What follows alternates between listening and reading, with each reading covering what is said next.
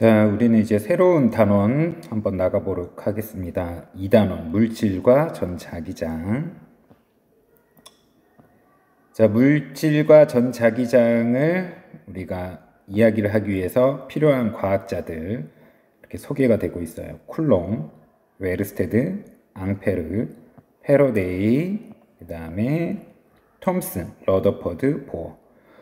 우리가 여기까지 지금 나오는 이러한 과학자들의 이야기들을 우리가 차근차근 진행을 해 보도록 하겠습니다. 자, 원자와 전기력. 자, 학습 목표를 먼저 확인하고 가볼까요?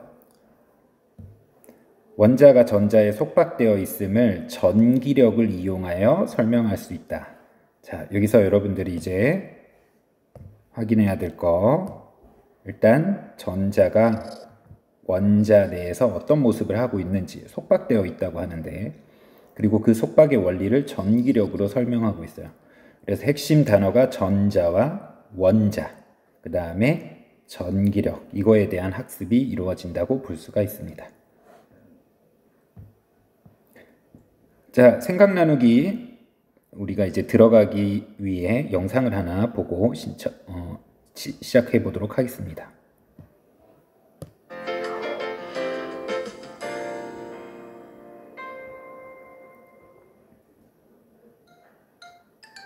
어? 2013년에 세계 최초로 수소 원자 내부에 있는 전자를 촬영했대. 바로 이게 그 모습이지. 그럼 원자는 원자 핵하고 그 주위를 도는 전자로 구성되어 있다고 했으니까 저기 가운데 빨갛고 노란 부분이 원자 핵이겠네? 그럼 전자는 어디에 있는 거야? 글쎄. 자, 여기 가운데는 원자 핵이라고 우리가 판단할 수 있는데, 그럼 전자가 어디 있을까요? 지금 여기에 이렇게 흩어져 있죠? 이렇게 흩어져 있는 것은 전자가 발견될 수 있는 모든 곳을 표시한 거라고 볼 수가 있습니다. 자, 첫 번째는 여기에 굉장히 많이 진하게 되어 있죠? 여기에 전자가 가장 많이 있을 수 있는 확률이 높은 곳이라고 볼 수가 있고, 얘는 이제 두 번째 궤도에도 전자가 있을 수도 있겠다라는 걸 생각하는 거죠. 이게 현재의 원자 모형이라고 볼 수 있고, 이러한 모형을 우리가 이제 구름 모형이라는 표현도 쓰고 있습니다. 그럼 원자의 모형들이 어떻게 발전해 왔는지 우리가 하나씩 보도록 할게요. 자, 원자의 구조를 한번 비교를 해 보겠습니다. 크게 원자 모형은 톰슨, 러더퍼드, 보어의 원자 모형으로 발전해 오고 있는 상황이라고 볼 수 있고요. 이 톰슨의 원자 모형 전에 이제 좀 유명한 원자 모형이 돌턴의 원자 모형이 있죠. 돌턴이 1808년경 과학적 근거하에 5가지를 요약되는 원자 가설을 제시를 합니다. 그냥 원자가 이렇게 존재하고 있을 거야. 이 원자는 더 이상 쪼개질 수 없고 볼 수도 없는 것이고 또 새로 생겨나지도 않는다라는 돌턴의 원자설. 이 돌턴의 원자설을 가지고 중학교 때 이제 과학 시간에 질량 보존의 법칙 이런 것들을 우리가 생각을 했었죠.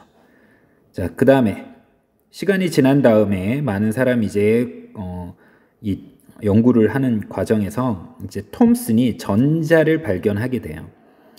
톰슨이 원자 모형을 제시한 시기가 약 1904년경이라고 볼 수가 있습니다. 자, 기본적인 내용은 이 전자를 발견하고 이 전자가 원자 내에 존재하고 있기 때문에 전자는 마이너스 성질을 띈다라는 것을 알고 있었습니다. 즉, 그러면 원자는 중성을 띠고 있기 때문에 나머지 전체 이 몸 전체가 플러스 전하를 띠고 있는 바다다라고 생각을 하고 있고요. 그리고 톰슨은 이 원자 모형에 있는 이 전자를 하나가 있을 때는 그냥 정지해 있다라고 생각을 했었는데, 또 원자 내에 여러 개의 전자들이 존재하는 우리가 지금 현재 알고 있는 무거운 원자들 같은 경우, 전자가 많이 있는 경우 같은 경우는 얘가 일정한 궤도를 돌고 있으면서 안정된 구조를 취하고 있다. 이렇게 제시를 하기도 했어요.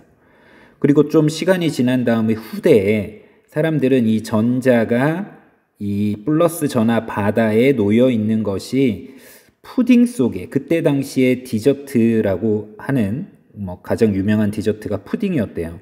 그래서 그 푸딩이 푸딩 속에 건포도가 이렇게 랜덤하게 박혀 있는 것처럼 해서 푸딩 모양을 또 후대 사람들이 제안을 했는데, 실제로 톰슨이 주장한 거는 이 전자도 이 원자 내에 규칙적으로 배열되어 있다라고 제안을 했기 때문에 이 푸딩 모델이라고 하는 것은 조금 표현이 올바르지 않는 것 같습니다.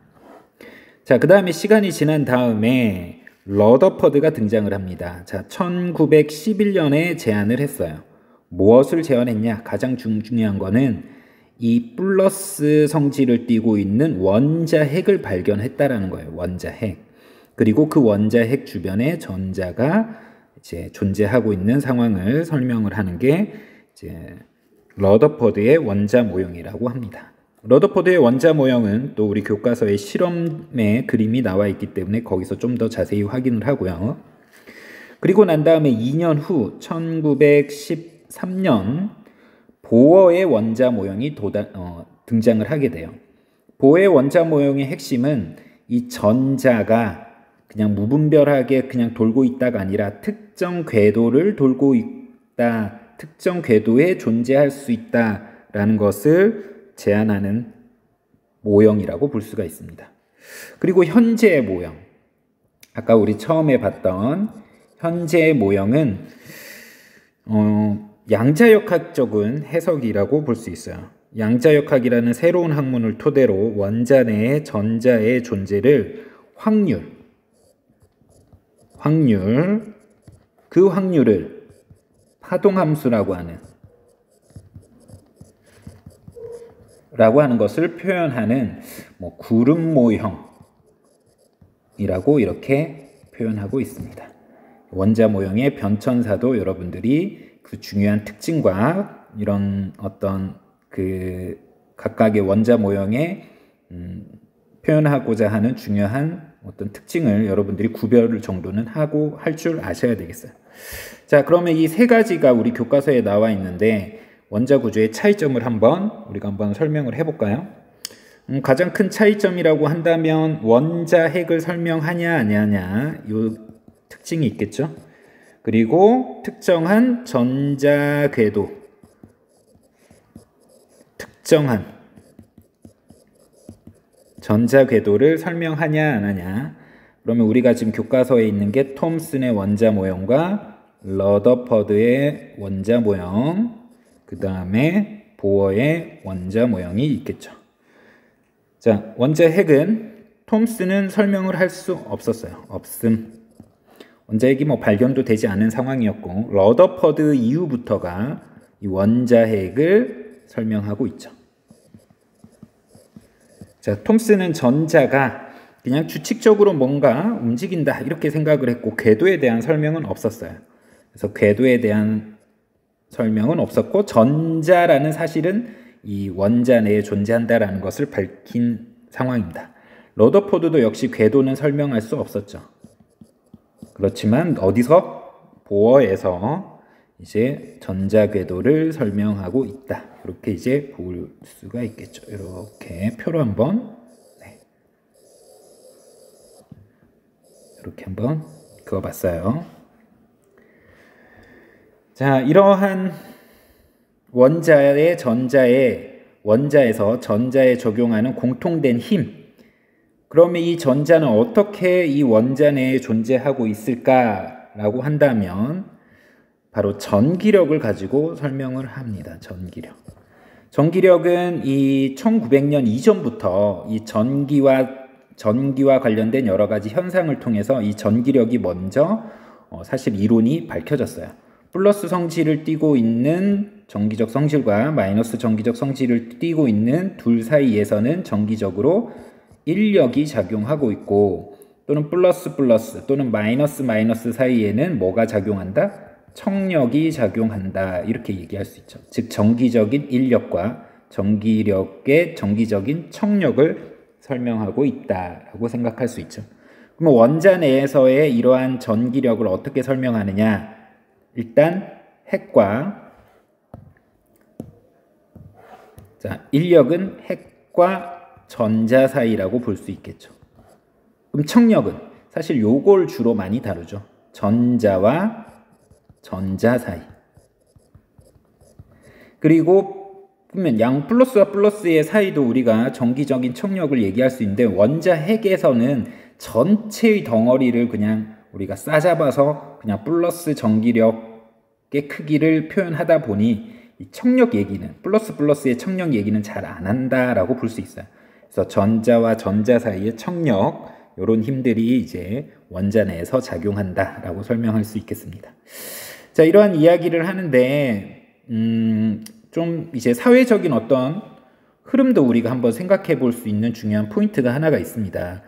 여러분, 원자 모형이 제시되는 과정을 보세요. 처음엔 1904년이고 그 다음에 약 7년 후에 러더포드가 새로운 이론을 또 제시하고 그 다음에 2년 후에 보의 원자 모형을 제시했죠. 새로운 모형이 나오는데 시간이 점점 어떻게 되고 있어요? 굉장히 줄어들었죠. 왜 이런 현상이 생겼을까? 자, 이런 현상은 이러한 연구, 물리학적인 이러한 연구를 하는 사람이 굉장히 많아졌던 시기라고 볼 수 있어요. 그럼 그때 시기의 특징, 1900년 초반, 그때 우리가 산업혁명 하면 뭐가 떠오르죠, 여러분? 증기기관이 떠오르죠. 그래서 그때 당시에 사람들이 이 증기가 과연 뭘까 많은 연구를 하고 이 증기가 원자이지 않을까. 증기기관은 결국 뭔가 이제 머니, 뭐 돈과 또 뭐 경제 이런 거에 또 연관이 되다 보니 사람들이 또 많이 연구를 했다라고 볼 수가 있습니다. 이 증기가 뭘까? 원자일까? 그러면 이러한 원리들을 이해해야 뭔가 이 경제적인 어떤 생산을 하는 이 증기기관에 대한 뭔가 좀 더 효율적인 거를 할 수 있지 않을까 이렇게 생각을 했고요. 또 하나의 이유라고 한다면 1901년부터 주기 시작한 노벨상 때문이다라고도 사람들이 많이 이야기를 합니다. 이 노벨이 다이너마이트를 통해 가지고 굉장히 많은 불을 축적하고 이제 이 사람이 돌아가실 때 이게 이제 전쟁에 사용한 뭔가 아쉬운 사람을 많이 죽게 한 이런 책임을 지기 위해서 이 과학이 이제 인류에게 큰 도움이 돼야 된다. 그런 사람에게 이제 나의 재산을 일부분을 상금을 줘라. 이런 유언을 통해 가지고 노벨상이 이제 시상을 하게 되고 그 노벨상에 의해서 요 상금이라는 게 그때 당시에 굉장히 컸다라고 해요. 어떤 상금? 그때 당시에 지금의 값어치로 따지면 3대가 먹고 살 정도의 엄청난 값어치, 엄청난 돈을 많이 줬다고 합니다. 그리고 그 상금을 또 사람들이 또 원하기도 했죠. 지금은 이러한 상금이 그때 당시 처음 노벨상을 주기 시작한 당시에 값어치보다는 좀 적지만 지금은 이제 오히려 이제 명예로서 더 많은 이 노벨상을 타기 위해서 노력하는 사람들이 또 많다라고 볼 수가 있습니다. 그때 당시에 이제 노벨상이 주기 시작하면서 많은 과학자들이 등장을 하고 많은 것을 연구하려던 어떤 동기부여도 됐다. 이런 것들을 또 얘기를 해볼 수가 있겠네요. 자, 전자와 원자 핵이 결국은 원자를 구성하는 가장 중요한 핵심이라고 볼 수가 있다. 자, 그러면 톰슨은 전자를 이제 발견을 먼저 했어요. 언제? 1897년에 먼저 발견을 했습니다. 이 전자는 어떤 특징을 가지고 있을까라고 했을 때 여러 가지 실험을 통해서 하나 밝힌 사실이 전기적 성질을 띠고 있다. 그러한 전자의 전기적 성질의 크기를 우리는 E라고 하고 1.6 곱하기 10의 마이너스 19승 쿨롱이다 라고 얘기를 합니다. 그때 당시에 왜 이제 이렇게 소수점, 이 마이너스 승까지 이렇게 작은 숫자가 갑자기 도입이 됐냐? 이것도 좀 이유가 있어요. 전기라는 현상은 그때 당시에 전자의 존재를 몰랐어요. 그리고 사람들이 약속을 할 때 1초에 1암페어의 전류가 흐르는 정도의 크기를 1쿨롱이라고 먼저 약속을 하자라고 얘기했던 거예요. 그리고 시간이 지난 다음에 실제로 전기적 성질이 플러스 전기적 성질이 움직인다고 생각했는데 실제로는 뭐가 움직인다? 전자가 움직이더라. 그리고 전자가 움직이고 전자가 1초에 몇 개나 지나가느냐 봤더니 약 1초에 10의 19승계 정도가 지나간다라는 거예요. 이 도선 내에서 1암페어의 전류가 흐를 때. 그 정도의 크기를 우리가 1쿨롱이라고 약속을 해놨기 때문에 그러면 전자 한 개가 갖는 전기적 성질의 크기가 약 1.6 곱하기 마이너스 19승 쿨롱 정도 될 거다. 이렇게 우리가 이제 추정을 한 어떤 역사적인 어떤 과정이 있기 때문에 이렇게 작은 숫자가 도입됐다라고 볼 수가 있겠습니다. 결국은 이런 전자는 하나의 입자이다 보니 전자의 개수가 많이 지나가면 갈수록 무슨 배, 정수배, 한 개면 1을 곱하는 거고 두 개면 2를 곱하는 거고 100개면 100을 곱하는 즉 정수배만큼의 전하량이 전기적 성질이 이제 지나간다. 뭐 이렇게 우리가 전기적 성질을 갖고 있다. 뭐 이렇게 얘기를 할 수가 있겠죠. 그리고 이 전자는 가장 기본 입자이다 보니 우리는 그거를 기본 전하량이다라고 이렇게 얘기를 합니다. 근데 이제 전자 같은 경우는 전기적 성질이 무엇을 띠죠? 크기는 이만큼이지만 전기적 성질은 마이너스를 띠죠. 그럼 이거에 또 대비되는 게 뭐냐? 이거와 이제 비교를 하자면 전기적 성질 전자의 전기적 성질 하나와 대비되는 게 이제 결국은 양성자의 전기적 성질이라고 볼 수 있죠. 얘는 마이너스 성질이지만 양성자는 플러스 성질이고 이 플러스 성질이 갖는 전기적 성질의 크기도 역시 이 기본 전하량 1 곱하기 10의 마이너스 19승 쿨롱에 해당하는 전기적 성질을 띠는 거다. 즉 기본 전하량의 크기는 양성자의 기본 전하량의 크기와 전자의 기본 전하량의 크기는 똑같은데 하나는 마이너스 성질, 양성자는 플러스 성질이다. 이렇게 얘기를 할 수가 있겠습니다. 자, 그 다음 이게 근데 전자인지 전자는 또 어떤 성질을 띠고 있는지 톰슨이 발견하고 이제 여러 가지 실험을 했어요. 그 실험에 이제 대표적인 그림이 요 두 가지 톰슨의 원자 모형의 실험이라고 볼 수가 있습니다.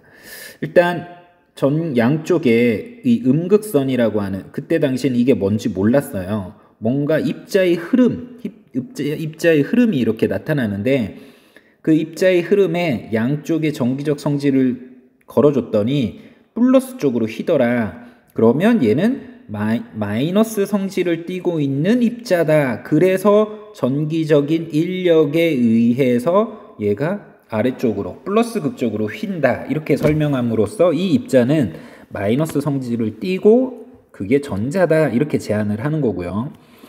또 하나 전기와 자기의 상호작용 그런 걸 우리가 이제 전자기력 뭐 이렇게 표현을 하는데요.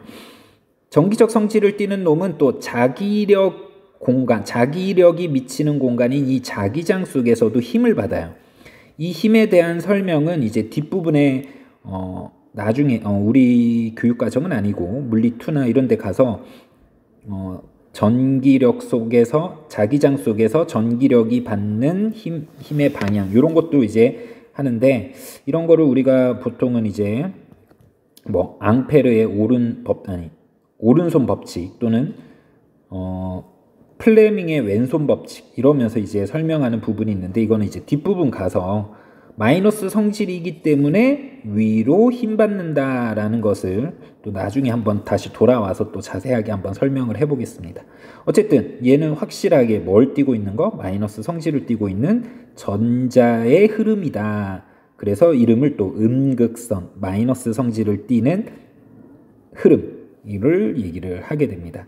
이게 이제 전자의 어떤 특징을 설명하는 하나의 계기가 됐다라고 볼 수 있어요. 자, 그 다음에 이제 교과서의 또 중요한 실험 중에 하나는 바로 그림 1-2에 해당하는 그림입니다. 자, 납상자에 이제 알파 입자를 쐈더니 금박을 대부분을 통과하는데 특정 몇 개는 이렇게 휜다라는 거예요. 또 어떤 특정한 놈은 또 거의 180도에 가깝게 뒤편으로도 휘는 사실. 자, 이러한 내용을 이제 또 조금은 이해하기 위해서 러더퍼드가 실험한 내용을 좀 이야기를 해보도록 하겠습니다. 그때 당시에 이 알파 입자, 예전에 이 알파 입자는 무슨 입자인지는 아무도 몰랐어요. 그래서 미지의 입자, 알파 입자라고 얘기를 했어요. 그리고 사실 전자의 이 음극선도 예전에 어떤 물질에서의 어떤 반응에 의해서 뭔가가 선이 나오는데 이 선을 우리는 또 베타선, 미지의 어떤 입자다, 입자의 선이다라고 해서 베타선, 그게 나중에 이제 전자라는 것이 발견됐고, 또 어떤 핵 분열이 이루어지는 여러 가지 이제 물질에서 특이한 어떤 입자가 나오는데 이 알파 입자의 특징은 플러스 성질을 띠는 좀 작은 입자라는 거예요. 그리고 나중에 이제 알고 봤더니 핵 분열 과정에서 나오는 얘는 뭐다? 헬륨의 핵의 입자라는 거예요. 헬륨 핵 입자. 헬륨 핵의 입자. 플러스 성질을 띠는 전자를 제외한 헬륨 핵의 입자가 알파 입자라는 걸 발견하게 됩니다. 이렇게 플러스 성질을 우리가 조작할 수 있는 가장 작은 컨트롤할 수 있는 어떤 입자가 바로 이 헬륨 핵이라는 거예요. 자, 금박. 이 박이 의미하는 게 뭐예요, 여러분? 미인 박명 하면 이제 뭔가 얇다, 짧다라는 것을 표현하는 거죠. 우리가 금박을 사용한 이유도 있어요. 금속 중에 좀 가장 무른 금속, 그냥 힘을 조금만 가해도 이제 변형이 일어나는 그 하나의 예가 이제 금이죠. 그거를 이제 망치질로 땅땅땅땅땅 때리면 이렇게 얇게 펼 수가 있어요. 얇게 펴면 우리가 이제 생각할 때 원자핵을 조금은 굉장히 얇게 이렇게 우리가 서로 겹치지 않게 최대한 만들 수 있는 어떤 고체를 설명하는 거라고 볼 수가 있습니다. 거기에 이제 아주 작은 입자이면서 플러스 성질을 띠는 이 알파 입자를 쐈을 때 대부분은 통과하는데, 휜다라는 얘기는 이 안에 플러스 성질을 띠는 아주 큰 무엇인가가 있다라는 것을 제안을 하는 거죠. 그리고 그거를 러더퍼드는 뭐라고 얘기를 한다? 이거를 원자 핵이다라고 제안을 하게 되는 겁니다.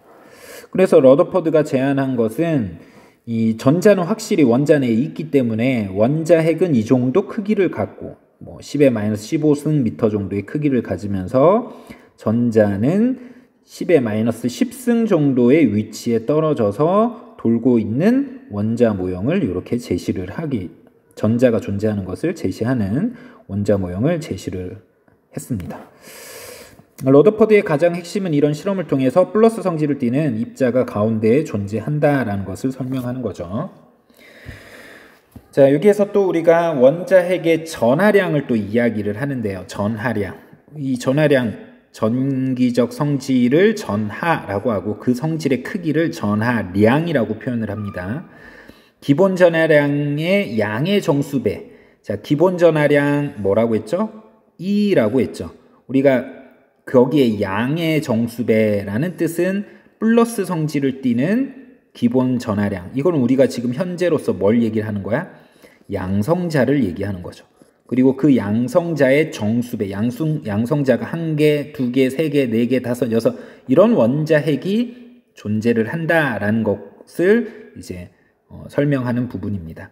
자, 원자 번호가 Z다라는 얘기는 양성자가 Z개 있다라는 뜻이고, 그럼 원자핵의 정기적 성질의 크기는 기본 전하량의 원자 번호를 곱한 것이 기본 전하량의 원자량을 곱한 것이 전체 원자핵의 전기적 성질의 크기 플러스 전기적 성질의 크기라고도 표현할 수 있겠죠.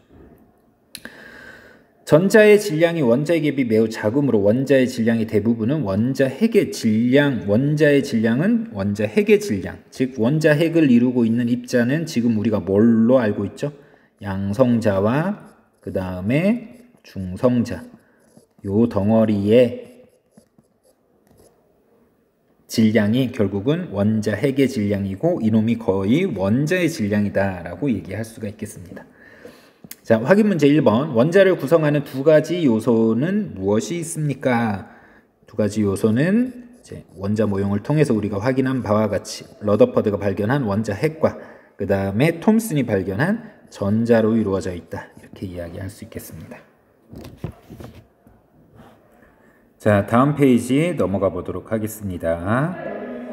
자, 우리가 여기에서 전기력이 핵과 전자를 이 원자 내에서 유지하는 어떤 기본 원리의 힘이라고 했습니다. 원자 모형들이 전자가 발견되고 원자 핵이 발견된 것은 1900년대이지만 이 전기력은 훨씬 이전부터 많은 사람들이 과학자들에 의해서 발견됐다라고 볼 수가 있습니다. 그래서 이제 전기력에 대한 이야기를 조금 해보고 가도록 할게요. 자, 시기적으로 보면 자, 1785년 원자 모형 한참 이전이죠. 두 전하 사이에 작용하는 전하가 뭐예요, 여러분? 앞에서도 한번 언급했지만 정기적 성질이라고 볼 수 있어요. 그 정기적 성질에는 플러스 성질과 마이너스 성질이 있다. 에 작용하는 전기력이고 그 크기를 이 실험을 통해서 측정했다라고 합니다. 자, 정기적 성질, 대전이 뭔지 아셔야 되겠죠? 전기적 성질을 띠게 만들었다라는 뜻입니다. 전기적 성질을 띠는 물체라는 뜻이에요. 대전되었다, 전기적 성질로 됐다. 이렇게 이제 확인할 수 있고요. 그렇게 플러스 성질을 띄고 나면 이제 얘가 서로 청력이 작용하겠죠. 이 청력에 의해서 얘가 비틀려질 거예요. 이때 비틀려진 회전각에 의해서 이 몇 뉴턴이 작용했느냐, 이 청력이 과연 얼만큼의 뉴턴의 힘의 크기로 표현할 수 있느냐 해서 밝힌 내용이고요. 이 여러 가지 실험을 통해서 대전을 많이 시키면 많이 시킬수록, 즉 전기적 성질이 크면 클수록 얘가 훨씬 더 많이 밀어내고, 또 가까이에 있을 때 밀어내는 정도가 훨씬 크고 멀리 있을 때는 비틀려지고 이 회전하는 각이 좀 작아지더라.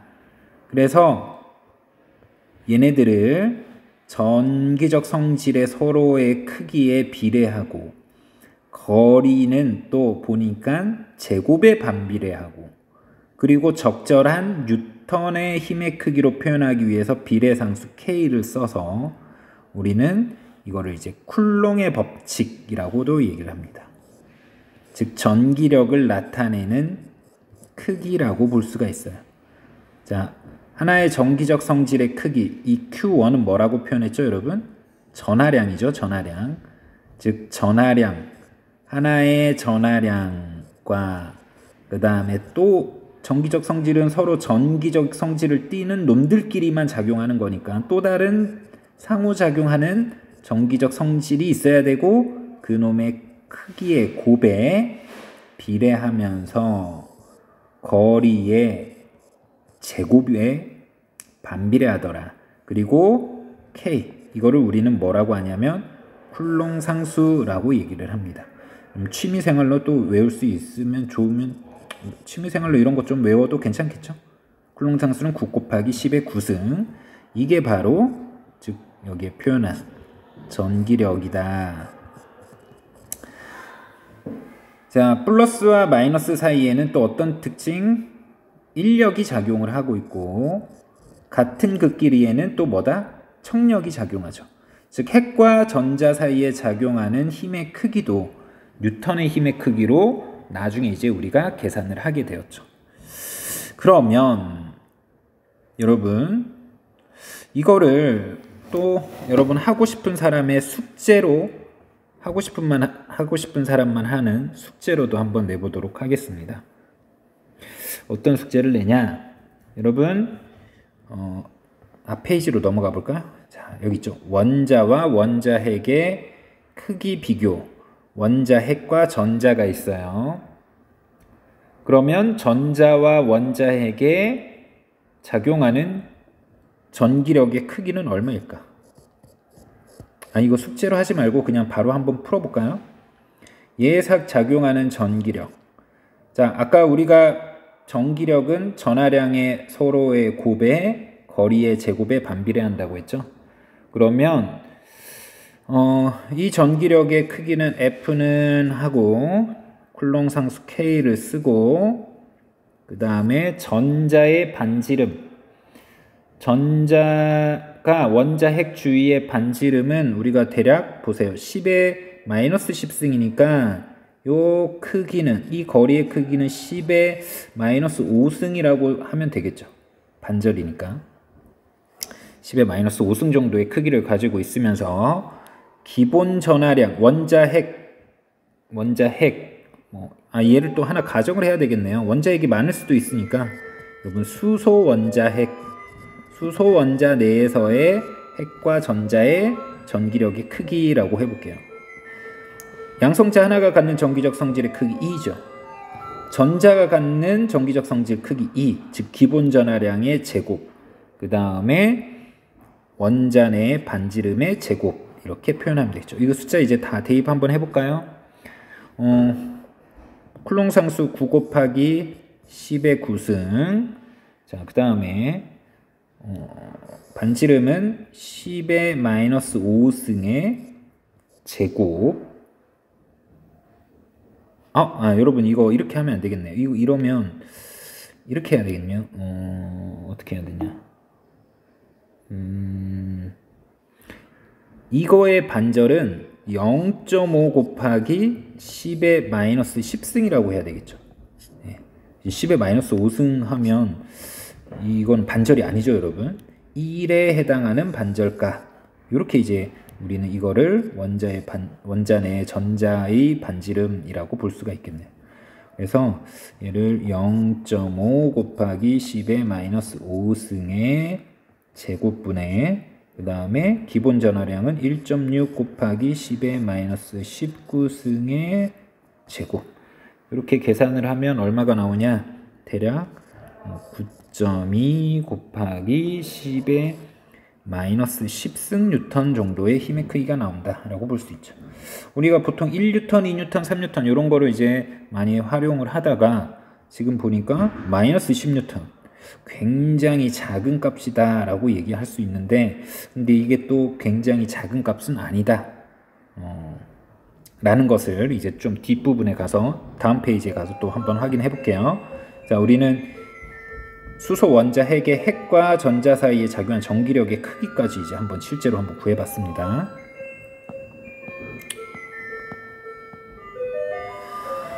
자, 그러면 원자 핵과 전자가 서로 다른 종류의 전하를 띠므로 서로 당기는 힘, 즉 인력이 작용하고 있고요. 그 크기는 이렇게 이제 표현할 수 있다라고 볼 수 있죠. 근데 여기 여러분 이 Z는 또 뭘까요, 여러분?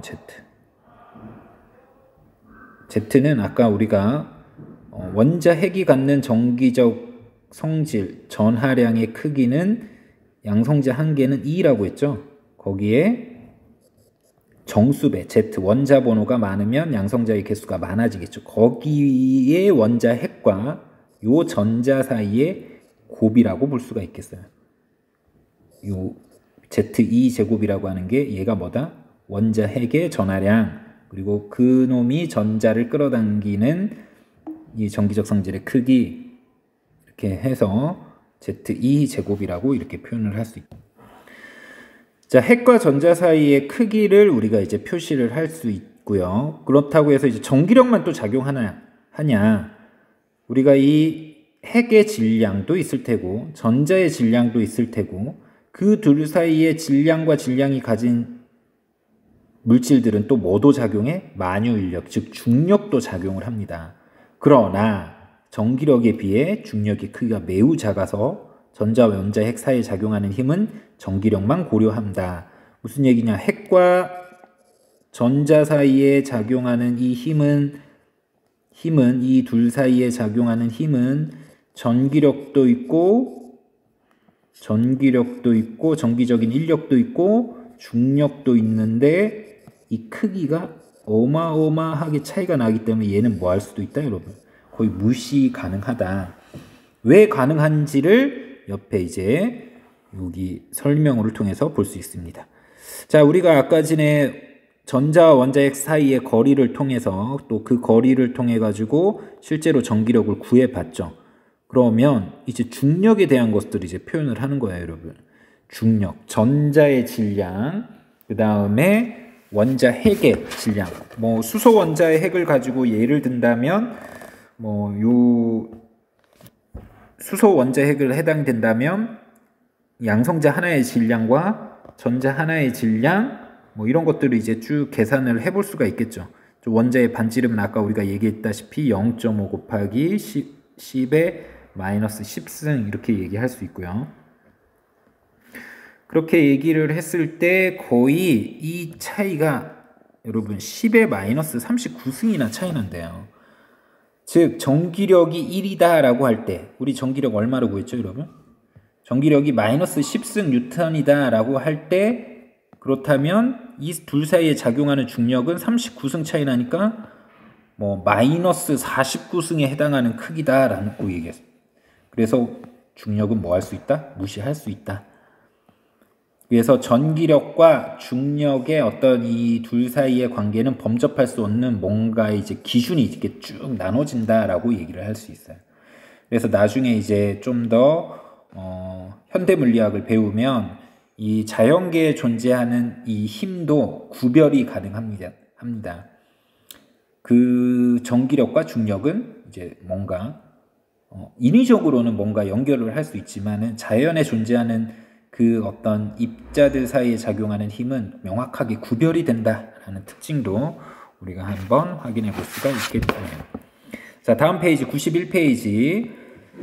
그래서 원자 내의 전자와 원자 핵 사이에는 강한 전기력인 인력이 적용하여서 전자는 원자 내에 이렇게 뭐 한다? 속박되어 있다라는 게 이제 핵심 내용입니다.